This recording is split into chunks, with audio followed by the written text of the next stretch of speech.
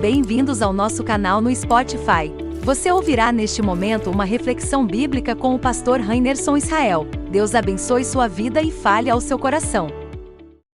Boa noite, graça e paz, amém? Quero convidar você a abrir a palavra de Deus no texto de Apocalipse capítulo 2, Apocalipse capítulo 2, que alegria estar na presença do nosso Senhor, que alegria poder louvá-lo, engrandecê-lo e também ouvi-lo, né?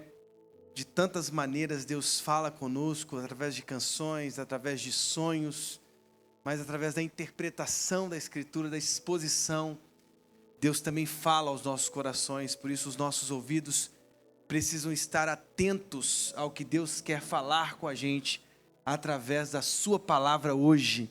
Amém, queridos?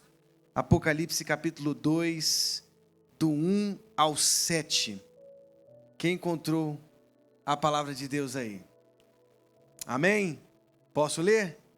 Diz assim a palavra do nosso Senhor: ao anjo da igreja em Éfeso escreve: estas coisas diz aquele que conserva na mão direita as 7 estrelas e que anda no meio dos 7 candeeiros de ouro.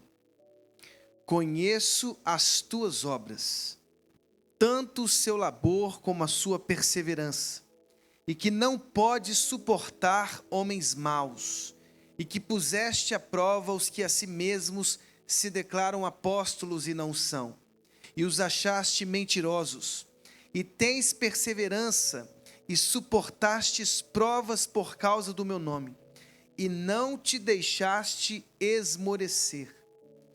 Tenho, porém, contra ti, que abandonaste o teu primeiro amor. Lembra-te, pois, de onde caíste, arrepende-te e volta à prática das primeiras obras. E se não, venho a ti e moverei do seu lugar o teu candeeiro, caso não te arrependas. Tens, contudo, a teu favor que odeias as obras dos nicolaítas, as quais eu também odeio. Quem tem ouvidos, ouça o que o Espírito diz às igrejas. Ao vencedor, dar-lhe-ei que se alimente da árvore da vida, que se encontra no paraíso de Deus. Amém? Louvado seja o Senhor. Vamos fechar os nossos olhos mais uma vez para falarmos com Deus? Aproveite esses primeiros instantes da palavra e converse com o Espírito Santo. Ele é aquele que inspirou os profetas, os apóstolos, mas ele é também aquele que ilumina os nossos corações, para que os nossos corações compreendam a palavra de Deus. Sem o Espírito Santo, sem a iluminação do Espírito Santo, seríamos incapazes de compreender a palavra dele.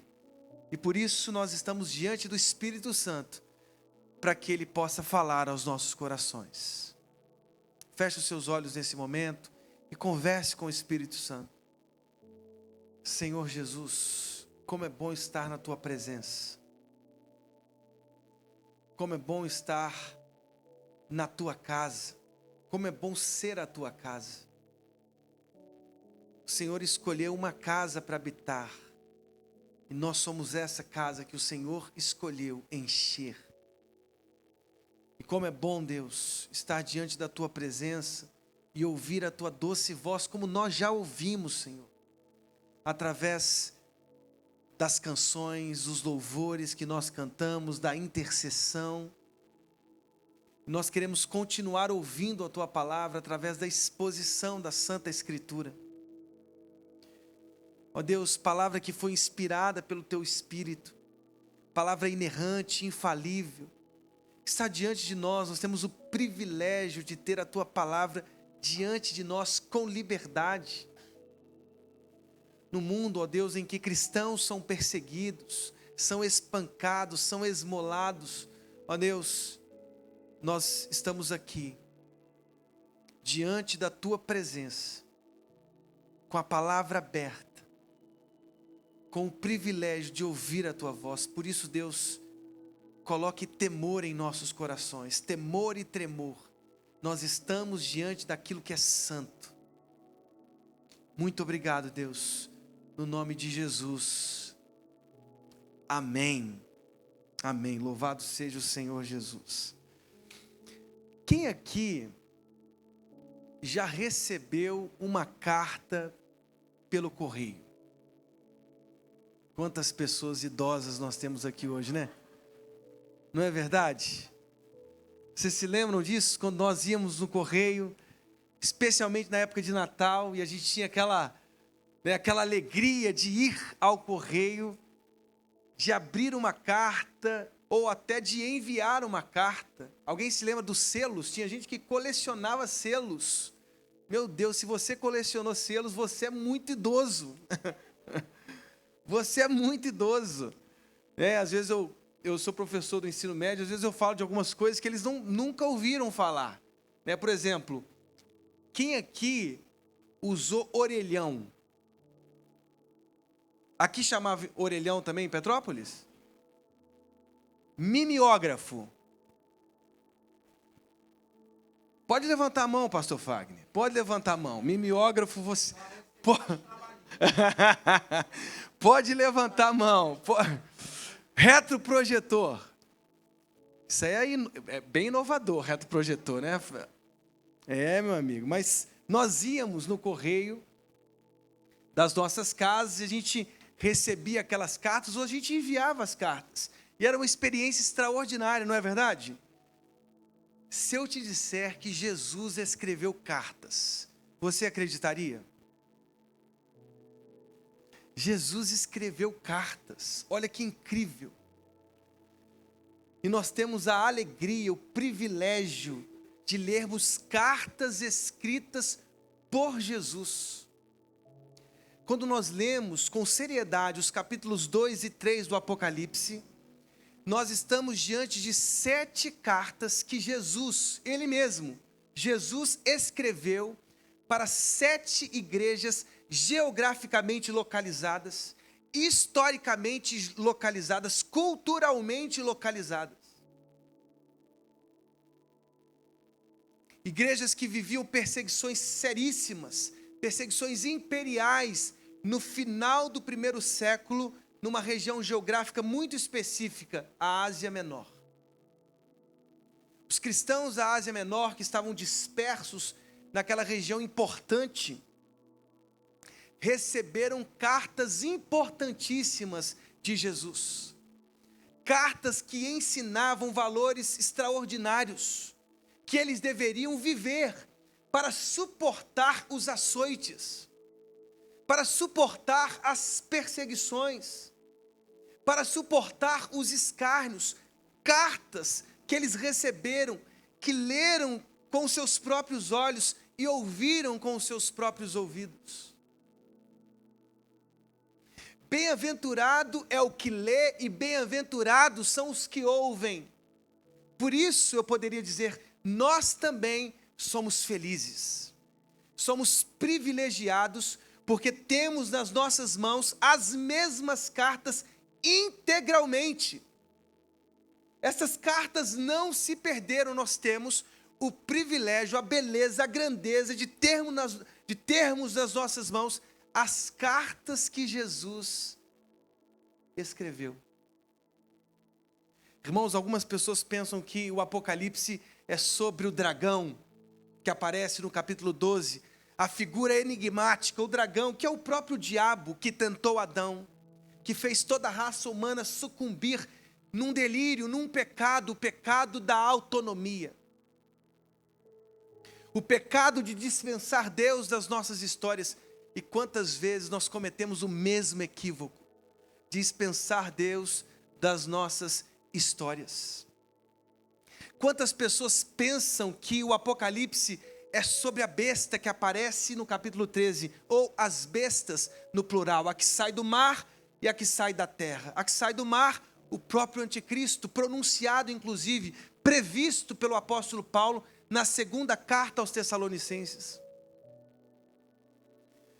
A segunda besta da terra, que é o falso profeta, ou seja, o propagandista dos desvalores dessa antitrindade que aparece no Apocalipse. Irmãos, o Apocalipse não é sobre esta antitrindade, não é sobre o dragão, não é sobre a besta, o anticristo, não é sobre o propagandista do império, o falso profeta. Todos eles, quem já leu o Apocalipse, os 22 capítulos, sabem que todos eles foram derrotados pelo sangue de Cristo Jesus. Todos eles. E serão definitivamente derrotados no fim dos tempos, quando Cristo... Que imagem, irmãos. Você anseia por esse dia? Quando todos os olhos verão Cristo rompendo as nuvens, naquele grande encontro triunfal com Jesus nos ares, os mortos nos precedendo, os mortos em Cristo Jesus nos precedendo, e a igreja se misturando a esse encontro triunfal. E a beleza, o amor, a graça, a misericórdia, a paz se eternizando. Seremos o povo de Deus, diante dele, para sempre, novos céus e nova terra. Bendito o que vem, em nome do Senhor. Como vai ser maravilhoso esse grande encontro triunfal. Por isso o Espírito Santo e a noiva dizem: vem. Este é o nosso dizer, se estamos embebidos pelo Espírito Santo. Irmãos, o Apocalipse não é sobre a antitrindade que aparece aqui. O Apocalipse é sobre um cordeiro vencedor.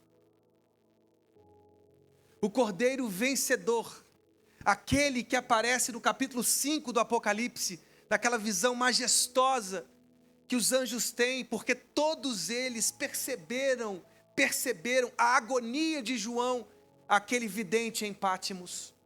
Quando ele enxergou-se sucumbido diante da própria tristeza, porque ninguém nos céus, na terra, nem debaixo da terra era capaz de descelar o livro selado com 7 selos, até que o próprio Cordeiro vencedor aparece, e todos os anjos de Deus que circundavam o trono, os 24 anciãos, os 4 seres viventes diziam: santo, santo, santo é o que vem. Ele é santo, e é sobre ele o Apocalipse. Este Cordeiro vencedor, que descelou o livro de 7 selos, que fez os anjos tocarem as 7 trombetas e os 7 cálices serem derramados. O protagonista, o principal personagem do Apocalipse, ele escreveu 7 preciosas cartas, não apenas, irmãos, percebam só o simbolismo do Apocalipse, não apenas para aquelas 7 igrejas localizadas geograficamente, historicamente, culturalmente, não. O 7 representa a totalidade, ou seja, cartas escritas para as igrejas, ou eu diria no singular, para a igreja de todos os tempos. Porque o reino é um só, a igreja é uma só. Amém, irmãos? A mesma fé, o mesmo Espírito. Todos nós, independente das placas, das denominações, somos parte de uma igreja só, de um reino só. Portanto, irmãos, esta carta que abre esta série de cartas no Apocalipse foi escrita para nós. Para uma igreja extraordinária, Éfeso. Éfeso foi plantada pelo apóstolo Paulo. Quando a gente lê essa carta, irmãos, quantos elogios são feitos a essa igreja, essa experiente igreja fundada pelo apóstolo Paulo. Eu não sei se você já teve curiosidade, mas em Atos 19, Paulo chega na cidade de Éfeso e encontra 12 homens que não conheciam o poder do Espírito Santo. Foram batizados no batismo de João Batista, 12 homens, mas não conheciam o poder do Espírito Santo. Paulo os batizou em nome de Cristo, impôs a mão sobre eles, eles receberam o Espírito Santo, passaram a falar em línguas e profetizar. A extraordinária igreja de Éfeso começa a sua grande história, a sua potente história, a sua carismática história, a sua extraordinária história. Quantos gestos, irmãos, evidenciavam um avivamento que aconteceu naquela cidade. Paulo, por 3 meses, pregou na sinagoga, foi expulso da sinagoga, passou a ensinar na escola de Tirano. Alguns manuscritos dizem que de 11 horas da manhã às 16 horas, Paulo ensinava copiosamente, com toda a sua paixão. E ele ensinou por 2, quase 3 anos esta igreja. Muito provavelmente nós pregávamos sobre isso, quando eu preguei sobre Colossenses capítulo 1. Epáfras, o fundador da igreja de Colossos, ou Colossos, foi ensinado, discipulado nessa escola de Tirano. Ou talvez algum discípulo formado por Paulo nessa escola de Tirano tenha ensinado a Epáfras.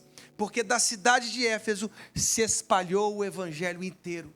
Um grande avivamento. Um grande avivamento, irmãos. Lençóis e aventais do apóstolo Paulo eram colocados diante de enfermos, de endemoniados, e as doenças fugiam. Os espíritos malignos fugiam diante do poder do Espírito Santo de Deus. Um avivamento na cidade de Éfeso. Praticantes das artes mágicas depositavam os seus livros, os seus materiais nas praças públicas e queimavam por causa do evangelho. Um prejuízo de 50 mil denários, ou seja, 50 mil dias de trabalho. Imagina o prejuízo econômico por causa do evangelho. Diz-nos a palavra de Deus que um tal de Cefas, um sumo sacerdote, seus filhos, queriam expulsar demônios em nome de Cristo e em nome de Paulo, e saíram humilhados, aviltados, porque não podiam carregar o santo nome de Cristo Jesus. Um temor se espalhou por toda a igreja, um temor se espalhou pela cidade de Éfeso e por toda a Ásia Menor. Um comerciante chamado Demétrio, de miniaturas de Diana, porque Éfeso era o lugar onde uma das mais importantes maravilhas da antiguidade foi construída. O templo da deusa Ártemis Diana se localizava na cidade de Éfeso. Um importante comércio funcionava ali. Miniaturas de Ártemis Diana eram produzidos pelos comerciantes locais. Demétrio viu a expansão do evangelho, o vigor do evangelho, e ele disse: o nosso comércio vai falir, as nossas miniaturas irão falir, e não só aqui, toda a Ásia Menor conhece agora a respeito do nome de Cristo Jesus. Irmãos, o poder de Deus se manifestando sobre a cidade de Éfeso. É interessante perceber em toda a narrativa de Atos dos Apóstolos o amor que Paulo nutriu por esta comunidade, por esta igreja. No capítulo 20, por exemplo, quando ele sai de Éfeso, ele vai para Macedônia, provavelmente Filipos, Tessalônica, depois volta para a Grécia, Corinto, de onde escreve a carta aos Romanos, depois volta para Macedônia de novo, depois vai para Troade e começa a costear toda a Ásia Menor até chegar em Mileto. Quando Paulo chega em Mileto, ele convoca os presbíteros para despedir-se deles. Um choro. Olha o amor que Paulo nutria por esta igreja, pela igreja de Éfeso. Eles choravam copiosamente porque Paulo disse para eles: vocês não mais verão a minha face. E o caminho, nós sabemos o caminho de Paulo. Ele saiu de Mileto, ele foi para Cesareia de Filipe. Cesareia de Filipe, ele foi avisado que ele queria ir para Jerusalém. Ágabo, na casa de Filipe, disse claramente: você vai ser perseguido, você vai ser amarrado. Nós conhecemos a história de Paulo. Quando Paulo chega em Roma, ele é preso. Na prisão em Roma, Paulo escreve uma carta para esta igreja, a carta aos Efésios. Nós temos no Novo Testamento 2 cartas que foram escritas para a igreja dos Efésios. Veja o amor que Cristo tinha por esta igreja.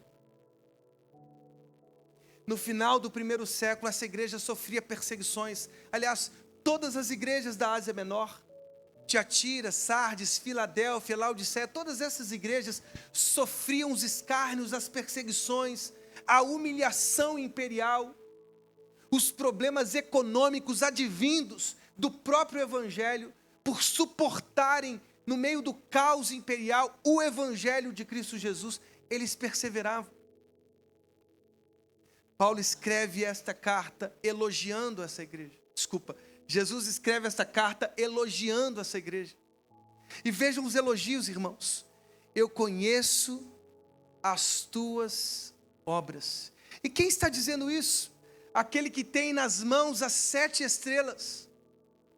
Aquele que anda com liberdade entre os candeeiros.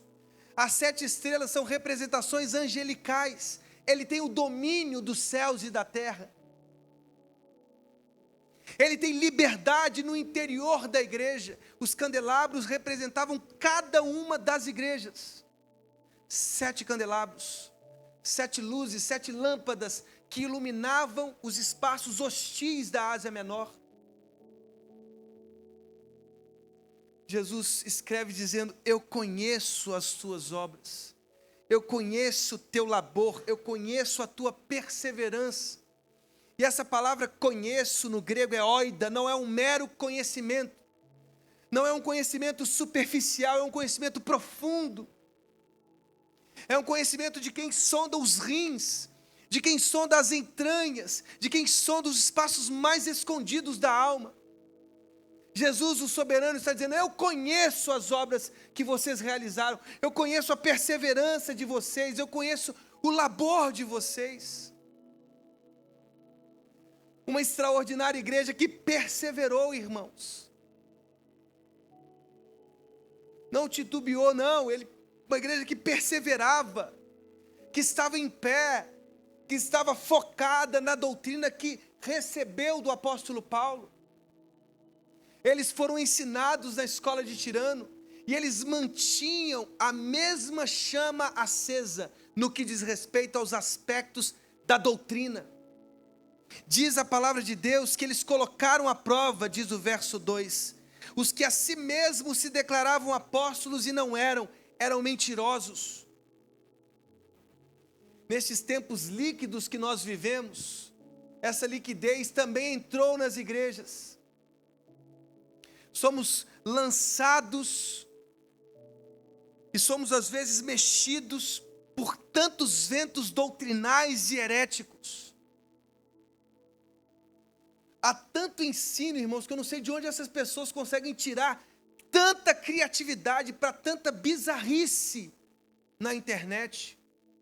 Estamos virando uma comédia para o mundo cristão. Está faltando escritura neste tempo, paixão pela palavra de Deus, respeito com as coisas santas. Nós estamos diante das sagradas letras, irmãos.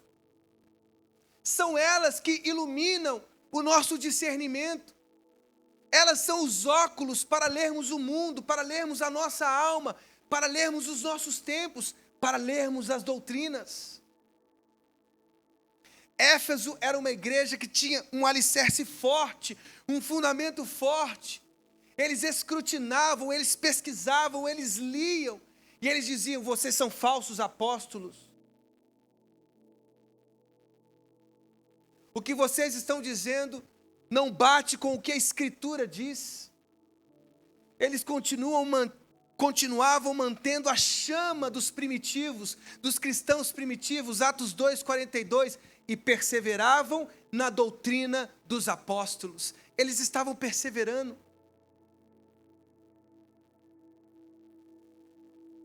Será que nós temos a mesma paixão, o mesmo vigor pela Escritura Sagrada? Será que nós estamos diligentemente estudando a palavra de Deus?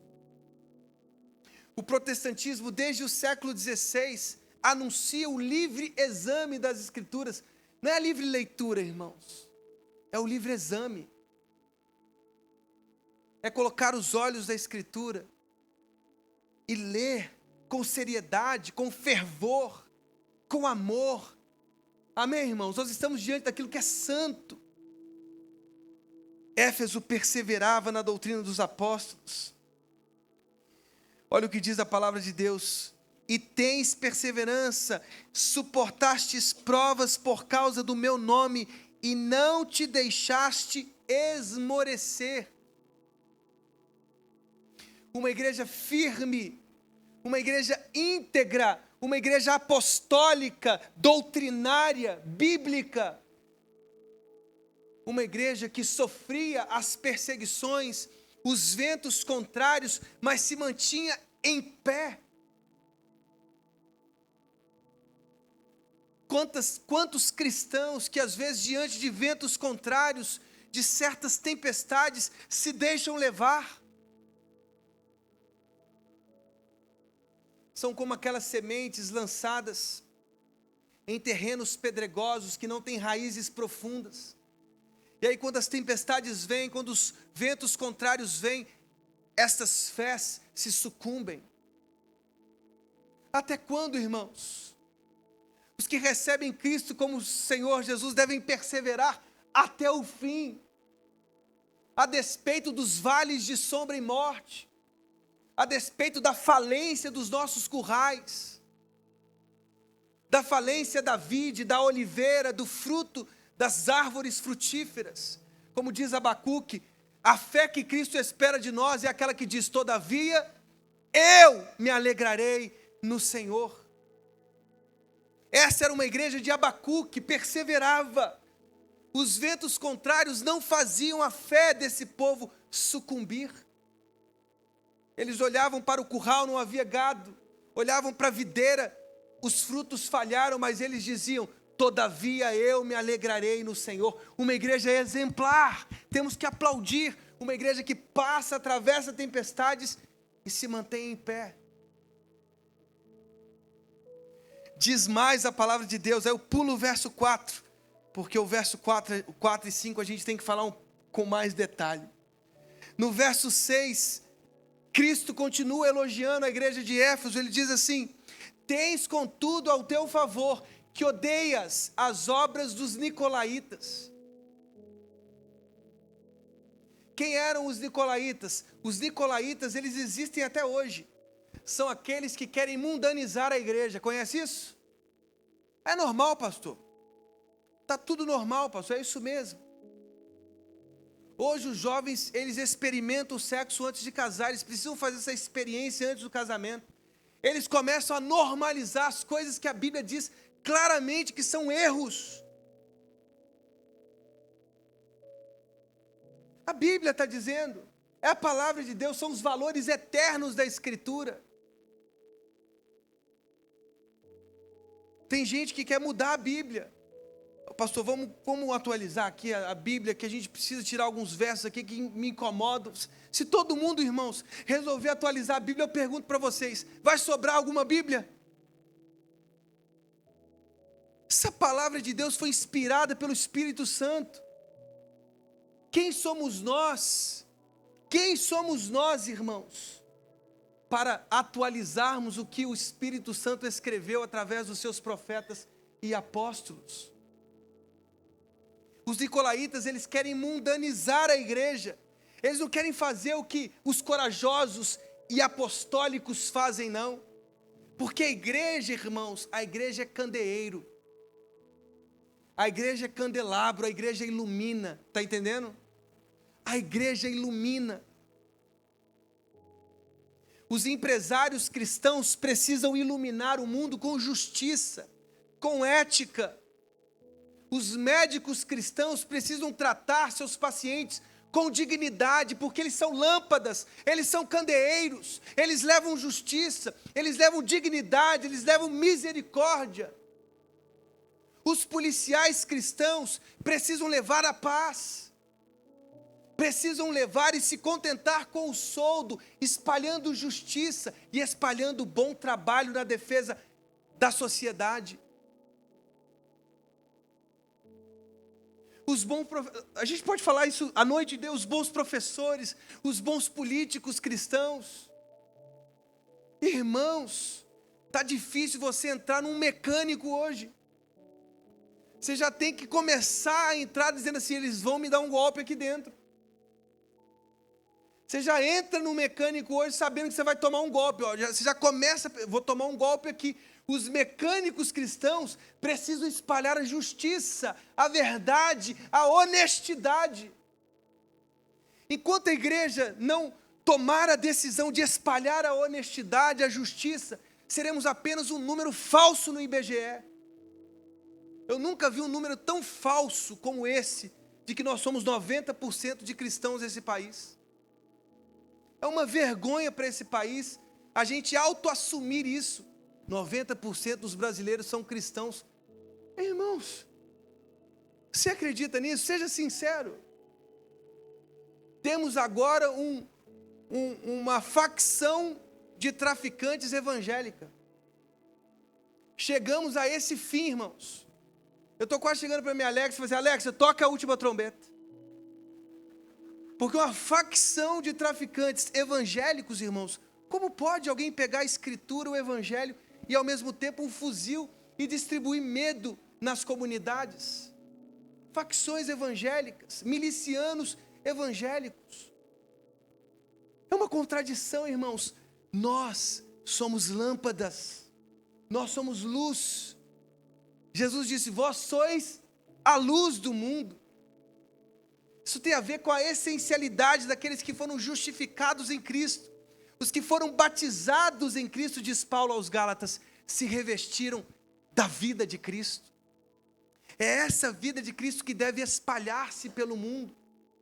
Os nicolaítas, eles não queriam influenciar o mundo com os valores do reino. Eles queriam mundanizar o mundo. Eles queriam participar das festas pagãs, das prostituições cultuais, do fanatismo político e ideológico. Você sabia que tinham altares aos imperadores espalhados pela Ásia Menor? Lá em Pérgamo, que é a terceira carta, aparece lá onde está o trono de Satanás, a terceira carta de Apocalipse 2. Pérgamo foi construído o mais antigo santuário ao imperador, o mais antigo altar ao imperador romano. Eles adoravam imagens políticas, nada diferente do nosso tempo. Quantos cristãos que se prostituíram com ideologias políticas, que por causa dos seus fanatismos espalharam inclusive ódio pelas redes sociais. Não pregam mais o evangelho, apenas destilam ódio e venenos pelas redes sociais. Deixaram de crer no que é santo. Deixaram de pregar que Jesus é o caminho, a verdade e a vida. Até quando, irmãos? Lá em Pérgamo, nós temos um perfeito exemplo de um homem de Deus, Antipas. Todos nós conhecemos o mártir Estevão, mas Antipas a gente não conhece. Poucos ouviram falar desse mártir da igreja. Ele não aceitou se prostituir diante dos altares políticos. Ele não aceitou mundanizar a igreja, colocar os valores do mundo na igreja. Ao contrário, ele foi contra as práticas dos nicolaítas, contra a doutrina de Balaão. São expressões sinonímicas que querem dizer justamente a mesma coisa. Cristãos que querem mundanizar o mundo. E morreu por isso. Tornou-se um mártir por isso, porque não quis deixar-se levar pelas coisas do mundo. Ah, irmãos, com todos esses elogios, talvez você diga assim, caramba, Éfeso era uma igreja perfeita, uma igreja apostólica, cristocêntrica, não pregava coach, 20 passos para ser feliz, 50 passos para vencer na vida financeira. Não, eles pregavam o que os apóstolos disseram. Parecia uma igreja perfeita, mas ouviu de Jesus. Tenho, porém, contra ti, que abandonaste o teu primeiro amor. Imagine-se agora abrindo uma carta de Jesus, cheia de elogios. Vocês são feras, são bíblicos, são cristocêntricos, vocês estão perseverando, vocês estão expulsando o mundo da igreja, as mundanizações, os desvalores da igreja. Mas agora imagine-se lendo a última parte da carta. Vocês são bons cristãos, mas vocês perderam o primeiro amor. Vocês abandonaram o primeiro amor. Isso é muito ruim, irmãos. Eu queria que você trouxesse à memória o momento que Cristo alcançou a sua vida, a alegria que inundou a sua história. Nós temos que reconhecer que essa carta foi escrita para nós, irmãos. A melhor maneira de ler a Escritura não é pensar no outro, é pensar em si mesmo. Porque a gente sempre lê a Escritura assim, o fulano de tal, Deus está falando dele. Deus está falando do meu cunhado aqui, ó. Minha sogra, aquela venenosa, é sobre ela que está falando. Não, é sobre você. Essa carta é para você, é para mim. Essa carta é para todos nós. Vocês se tornaram tão bíblicos, tão estudiosos das Escrituras, vocês conseguem expor os falsos profetas, os falsos apóstolos, vocês têm perseverado, vocês têm frequentado dominicalmente a igreja, mas vocês abandonaram o primeiro amor. Irmãos, nós temos que olhar no espelho sincero da nossa alma, honesto da nossa alma, e enxergar como o nosso ardor se esfriou. Os nossos tempos devocionais são tempos minguados, ressequidos.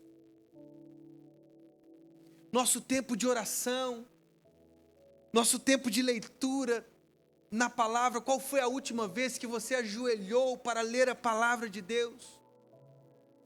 Qual foi a última vez que você chorou lendo as Escrituras Sagradas? Porque você sentiu o Espírito Santo de maneira verdadeira, real, falando com você ali, lá no interior do seu quarto. Qual foi a última vez que você jejuou? Qual foi a última vez que você subiu ao monte para orar? Qual foi a última vez que você evangelizou uma pessoa? Que você mostrou o plano de salvação para essa pessoa? Qual foi o último dia que você tomou um café ensinando a Escritura para alguém que você evangelizou e ganhou para Jesus?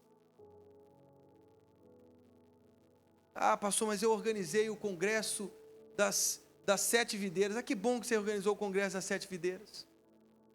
Mas eu organizei o congresso da quarta do fogo mais quente. Que bom que você organizou esse congresso do fogo mais quente. Mas a pergunta não foi essa, a pergunta é: qual foi a última pessoa que você evangelizou? Qual foi a última pessoa que você tomou café com a Escritura aberta numa mesa de uma padaria, ensinando os valores do reino?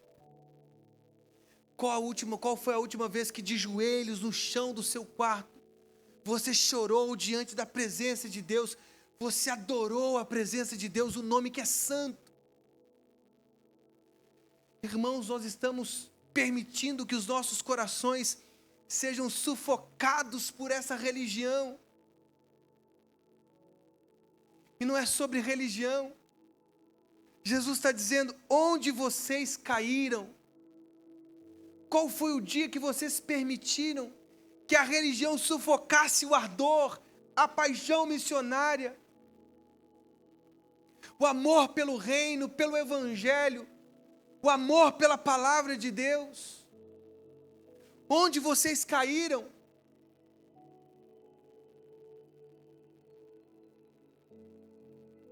Jesus está dizendo: ali onde vocês caíram, vocês precisam voltar.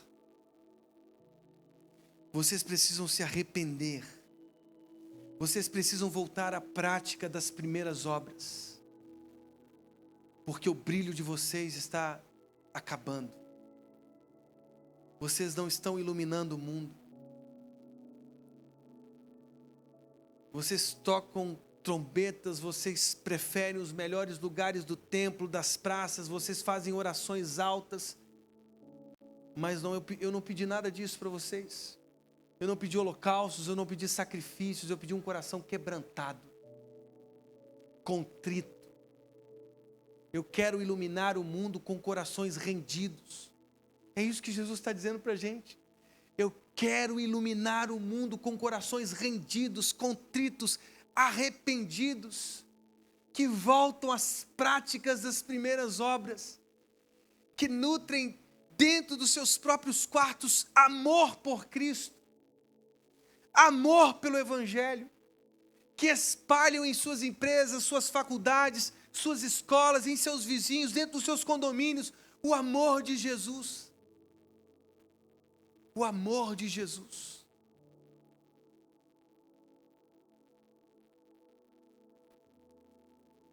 Até quando, irmãos? Até quando? Ele está dizendo assim: ao vencedor, dar-lhe-ei que se alimente da árvore da vida. O texto é bem claro. Quem tem ouvidos, ouça o que o Espírito diz às igrejas. Ao vencedor. Eu já estou terminando, irmãos, a minha palavra, mas há duas tradições importantes, não só no protestantismo, mas em toda a história cristã. Em toda a história do pensamento cristão.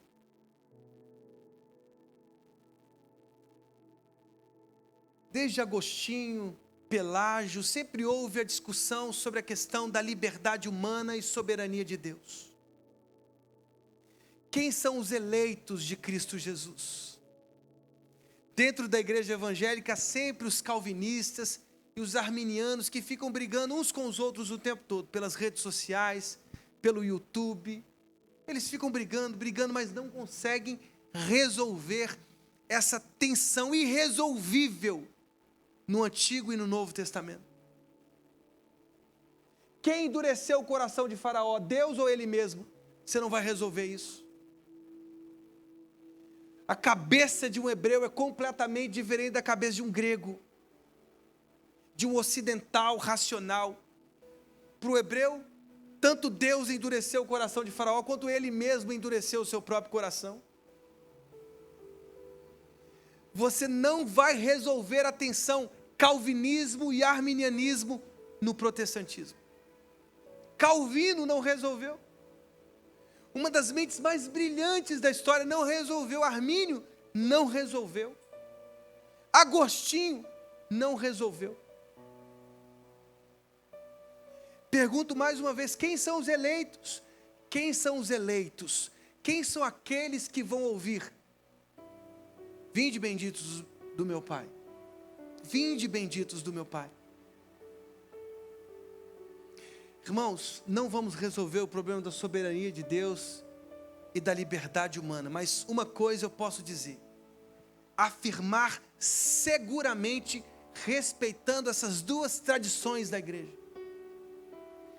Você não pode suprimir a sua vida.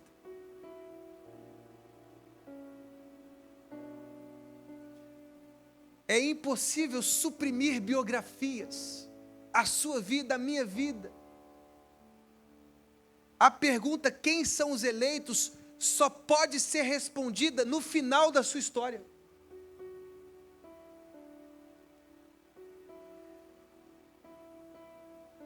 É a sua história que vai dizer se você foi um eleito ou não. Porque os eleitos vão perseverar até o fim. Você pode aplicar alguma coisa psicológica na sua vida, mas você só vai conseguir responder se você é um justificado ou não com a sua história. E aqui eu respeito as duas tradições. As duas tradições. Porque as duas tradições afirmam este mesmo solo comum. Quem são os eleitos? Os que vão perseverar até o fim. O caminho dos eleitos é o caminho do arrependimento. São as nossas histórias, a sua história, a minha história, a nossa história, que apresentarão os frutos ou da vida eterna ou da morte eterna. Quais são os frutos que você tem dado hoje? O que a sua família pensa de você? O que os seus filhos pensam de você? O que a sua esposa pensa de você? O que o seu marido pensa de você?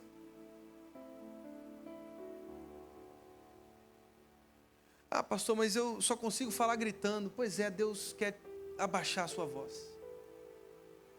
Porque Ele sabe que é a pacificação o caminho, é o respeito o caminho, é a dignidade o caminho, é a mansidão o caminho, é o domínio próprio o caminho. Pastor, mas eu minto muito. Pois é, então, como Paulo diz aos Efésios, os que mentem precisam parar de mentir. O bom do Evangelho é que ele é prático. Os que estão em Cristo, eles vão parar de mentir, eles vão parar de roubar, eles vão parar de adulterar, eles vão parar de corromper. Você lembra de Zaqueu? Um homem corrupto. Jesus entra na casa dele. Ele poderia ter sido alvo, inclusive, de injustiças. Olha com quem Jesus está andando. Mas ele entrou na casa do pior corrupto do seu tempo. Mas diz a palavra de Deus que Zaqueu foi profundamente transformado. Aquele homem que roubava, devolveu tudo. Porque esse é o fruto do Evangelho. O Evangelho nos transforma, irmãos. O Evangelho transforma o nosso caráter. O Evangelho transforma a nossa personalidade. Transforma o nosso temperamento. Tem um livro bonito chamado Temperamentos Controlados pelo Espírito Santo. Um livraço de acho que é Larry Crabb que escreveu esse livro, se eu não me engano. Deus quer transformar o seu temperamento, o seu caráter, a sua vida. E Ele quer fazer você perseverar com essa justiça, com essa hombridade, honestidade, com esse domínio próprio até o fim. Porque lá no fim, nós seremos alimentados, como diz o último verso dessa carta, com os frutos da árvore da vida, no paraíso de Deus. Quem são os servos de Deus? Os que perseveram. É difícil, irmãos. É uma luta diária. Negar a nossa carne é uma luta diária. Mas quem disse que você está sozinho?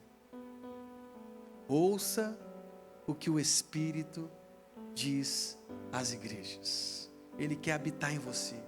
Ele quer ensinar você. Ele quer caminhar com você. Ele quer tornar você uma pessoa mais doce. Amém, irmãos? Amém? Que Deus abençoe as nossas vidas. Que Deus abençoe os nossos corações. No nome de Jesus. Amém.